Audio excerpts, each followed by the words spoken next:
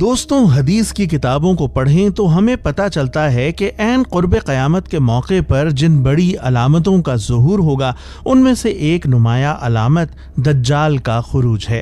فتنہ دجال سب سے بھیانک فتنہ ہوگا۔ اس کی سنگینی کا اندازہ ان روایات سے لگایا جا سکتا ہے جن میں آپ صلی اللہ علیہ وآلہ وسلم نے دجال سے پوری امت کو چوکنا فرمایا ہے۔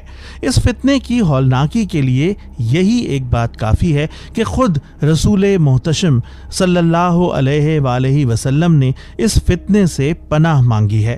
جب نبی کریم صلی اللہ علیہ وسلم حضرات صحابہ کے سامنے اس فتنے کا تذکرہ فرماتے تو صحابہ کے چہروں پر خوف کے اثرات نمودار ہو جایا کرتے تھے۔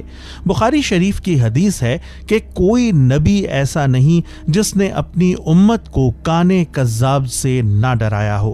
ایک اور روایت میں فتنہ دجال کی ہولناکی کی وضاحت کرتے ہوئے فرمایا گیا کہ آدم علیہ السلام کی پیدائش اور روز قیامت کے درمیان ایک بہت بڑا فتنہ ظاہر ہوگا اور وہ دجال کا فتنہ ہے۔ دوستوں، پرانے وقتوں سے ہی بالی ووڈ اور ہالی ووڈ کی فلموں میں ڈھکے چھپے انداز میں دجالی علامات کو استعمال کیا جاتا رہا ہے۔ کہیں فینکس پرندہ، کہیں بیفومٹ شیطان، کہیں ایک آنکھ، کہیں 666 اعداد جنہیں شیطانی اعداد بھی کہا جاتا ہے۔ یہ سب علامات ہم فلموں ڈراموں میں دیکھتے رہتے ہیں۔ ان علامات کا مقصد کیا ہے؟ اس کے پیچھے کون سی تنظیم ہے اور آنے والے دنوں میں کون سا فتنہ برپا ہونے جا رہا ہے؟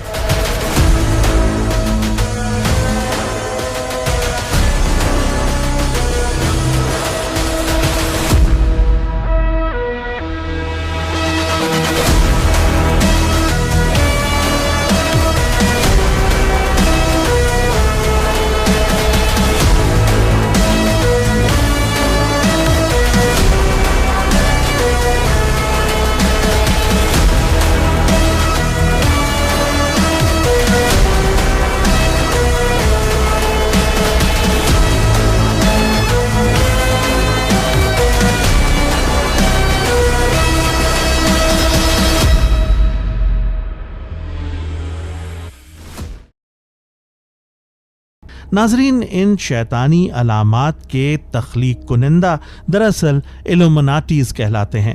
لفظ ایلومناٹی کا مطلب علم کی روشنی کے علمبردار ہیں، اور دوسری طرف اس کا مطلب شیطان کے پجاری بھی بنتا ہے، یعنی شیطان کو پوجنے والوں کا مذہب ایلومناٹی کہلاتا ہے۔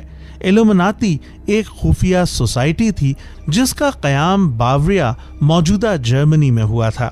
سن 1776 سے سن 1785 تک چلنے والی اس سوسائٹی سے منسلک افراد خود کو پرفیکٹبلسٹس کہلاتے تھے۔ اگرچہ مغربی دنیا کے بہت سے لوگوں کا ماننا ہے کہ اس سوسائٹی کے بانی قانون کے پروفیسر ایڈم وائسہاپ تھے۔ ان کا مقصد تھا کہ وہ قانون منطق اور فلاح و بہبود کی تعلیم کو پھیلائیں اور معاشرے سے توہم پرستی اور مذاہب کے اثرات کو کم کریں۔ ایڈم وائسہاپ کی خواہش تھی کہ وہ یورپی ممالک میں نظام حکومت کو تبدیل کریں اور ریاستی امور سے مذہب کو ختم کریں اور لوگوں کو روشنی کی نئی راہ دکھائیں۔ کہا جاتا ہے کہ ایلومناٹی گروہ کی پہلی میٹنگ انگولسٹاٹ شہر کے قریب ایک جنگل میں ہوئی جس میں 5 افراد نے شرکت کی۔ اس میٹنگ میں اس سوسائٹی کو چلانے کے امور طے کیے گئے۔ بعد میں اس گروپ کے مقاصد میں کچھ تبدیلی آئی اور انہوں نے ریاستی امور پر اثر انداز ہونے کے لیے سیاسی فیصلوں پر اپنی توجہ مرکوز کی اور مذہب اور شاہی اثر و رسوخ کو کم کرنے پر زور دیا۔ اس سوسائٹی سے تعلق رکھنے والے چند افراد نے فری میسن سوسائٹی میں شمولیت اختیار کر لی تاکہ وہ اپنے ممبران کی تعداد میں اضافہ کر سکیں۔ بعد میں برڈ آف منروا نام کا ایک پرندہ ان کی شناخت بن گیا۔ اب سوال یہ پیدا ہوتا ہے کہ فری میسن اور ایلومناٹی میں کیا تعلق ہے؟ دوستوں، فری میسن ایک ایسی تنظیم ہے جو کہ صدیوں قبل اینٹیں بنانے کا کام کرنے والوں اور گرجا گھروں کی تعمیر کرنے والوں پر مشتمل تھی۔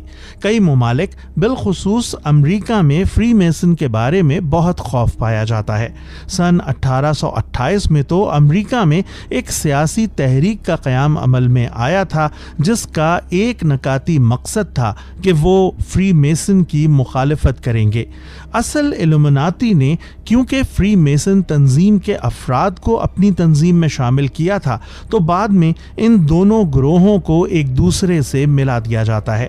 بظاہر تو یہ سوشل رابطوں اور فلاحی کاموں، ہسپتالوں، خیراتی اداروں، فلاحی اداروں اور یتیموں کے تعلیمی اداروں کی ایک تنظیم ہے۔ امریکہ میں اس کے ممبروں کی تعداد 80 لاکھ سے زائد ہے۔ بظاہر یہ ایک خفیہ سلسلہ اخوت ہے۔ خیرات کرنا اس کے ارکان کے فرائض میں شامل ہے۔ تنظیم کے پاس لاکھوں نہیں کھربوں ڈالر کے فنڈز ہیں۔ اس کے پیروکار دنیا کے تمام ممالک میں موجود ہیں۔ آپ اس بات کا اندازہ اس سے کر سکتے ہیں کہ امریکہ کے سابق صدر جارج واشنگٹن اور گوئٹے اس کے سربراہان میں شامل رہے ہیں۔ یہ سن 1771 میں برطانیہ میں قائم ہوئی تھی۔ برطانیہ کا حکمران خود اس کا سربراہ رہا ہے۔ اس کا ہیڈ آفس اب بھی برطانیہ میں ہی ہے۔ دوستوں، البرٹ پائک وہ انسان تھا جس نے دعویٰ کیا تھا کہ تیسری جنگ عظیم کی وجہ مذہب اسلام بنے گا اور ہماری تیسری جنگ اسلام کے ساتھ ہوگی۔ لیکن مزے کی بات یہ تھی کہ یہ باتیں تو تیسری جنگ کی کرتے تھے، لیکن اس وقت تک پہلی 2 عظیم جنگیں بھی نہیں ہوئی تھیں۔ اس تنظیم کی نمائندگی اختیار کرنے کے لیے باقاعدہ حلف اور شیطان کو نعوذ باللہ رب ماننے کا اقرار کرنا پڑتا ہے، اور یہ اقرار کرنا پڑتا ہے کہ آج کے بعد میری روح کا مالک شیطان ہے، یعنی اپنی روح شیطان کو بیچ دینی پڑتی ہے، اور یوں شیطان ان کی زندگیوں سے ایسے جڑ جاتا ہے جیسے کہ انسان کے وجود کا کوئی حصہ ہوتا ہے، اور ان کی تمام تر عبادت صرف شیطان کے لیے ہوتی ہے۔ سجدے سے لے کر انگلیوں سے تکون یا احرام مصر کے عجیب و غریب نشان بنانے تک یہ لوگ شیطان کی خوشنودی اور اس سے طاقت حاصل کرنے کے لیے ہر وقت شیطان کے نام کی تسبیح کرتے اور اس سے غیبی مدد مانگتے رہتے ہیں تاکہ شیطان ان سے خوش ہو کر ان کو طاقت دے اور یہ اس کی شیطانیت دنیا بھر میں پھیلا سکیں۔ اس تنظیم کے شیاطین بھی بڑے عجیب و غریب ہیں۔ ان کا پہلا شیطان لوسیفر ہے اور گمان یہی ہوتا ہے کہ یہ ابلیس شیاطین کا خدا ہے، اور یونانی مائفولوجی میں اس کو اوینسی کہا گیا ہے، جو کہ ان کے مطابق سب سے بڑا سمندری خدا تصور کیا جاتا ہے، اور حدیث میں بھی موجود ہے کہ شیطان اپنا تخت سمندر پر سجاتا ہے۔ اس کے علاوہ ان کے ہاں دوسرا شیطانی خدا بیفومیٹ ہے، جس کی شکل بکرے سے ملتی جلتی ہے اور ان کے باقاعدہ سینگ اور ڈراؤنی اشکال ہوتی ہیں۔ یہ لوگ نہ صرف اس کے بت بناتے ہیں بلکہ خفیہ طور پر اس کی عبادت گاہیں بھی بنائی جاتی ہیں، جنہیں شیطانی چرچ یا چرچ آف ڈیول کہا جاتا ہے، جہاں پر اس تنظیم کے سب ممبرز اکٹھے ہو کر شیطان کی عبادت کرتے ہیں، اور ان کا سب سے بڑا اجتماعی علامتی نشان آنکھ، جو کہ دجال کی آنکھ ہے، وہ بناتے ہیں۔ یہ لوگ دجال کو اپنا مسیحا تصور کرتے ہیں اور ایک آنکھ بند کر کے دوسری کو کھول کر دجال کی تشبیہ بنا کر اپنے پورے ایلومناٹی ہونے پر سچ کو مہر لگاتے ہیں۔ اس کے علاوہ ان کے باقاعدہ درجے ہوتے ہیں جو 1 سے لے کر 37 ایلومناٹی شیطانی طاقتوں کے حساب ہیں، جو کہ بہت طاقتور سمجھی جاتی ہیں۔ یہ لوگ پوری دنیا میں پھیلے ہوئے ہیں۔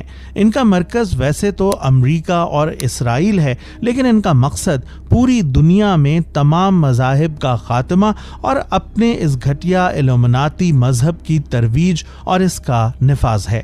یہ لوگ اس مذہب اور